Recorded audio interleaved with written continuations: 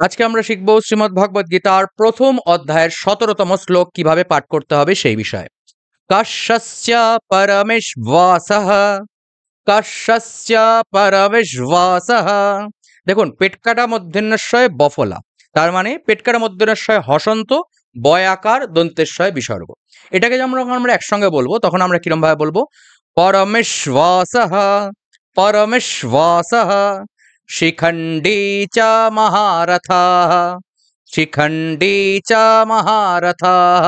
দেখুন, শিখণ্ডী দন্তের নয় ডয় দীর্ঘিকার আছে, তাই দীর্ঘিকার যেহেতু আছে সেই জন্য কিন্তু আমাদের এটাকে দীর্ঘ টানতে হবে। শিখণ্ডী চ মহারথাঃ, ধৃষ্টদ্যুম্ন, ধৃষ্টদ্যুম্ন।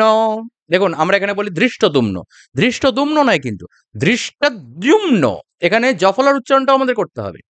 ধৃষ্টদ্যুম্নো বিরাটস্য, বিরাটস্য নয়, কারণ টয় ওকারও নেই বা তালিবস্বয় চয় ওকারও নেই, তাই ওকারের উচ্চারণ কিন্তু আমরা করব না।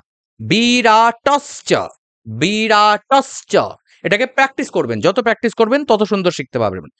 ধৃষ্টদ্যুম্নো বিরাটস্য, সাত্যকেশ্চ পরাজিতঃ, সাত্যকেশ্চ পরাজিতঃ। তাহলে আমার সঙ্গে একবার পাঠ করা প্র্যাকটিস করুন।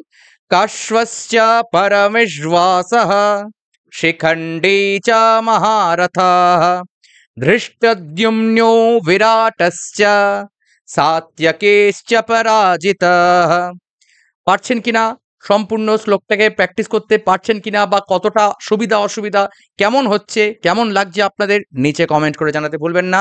কালকে ঠিক সকালবেলা ৭টার সময় গীতার ১৮তম শ্লোক আমরা শিখব। জয় গীতা নিচে কমেন্ট সেকশনে লিখতে ভুলবেন না।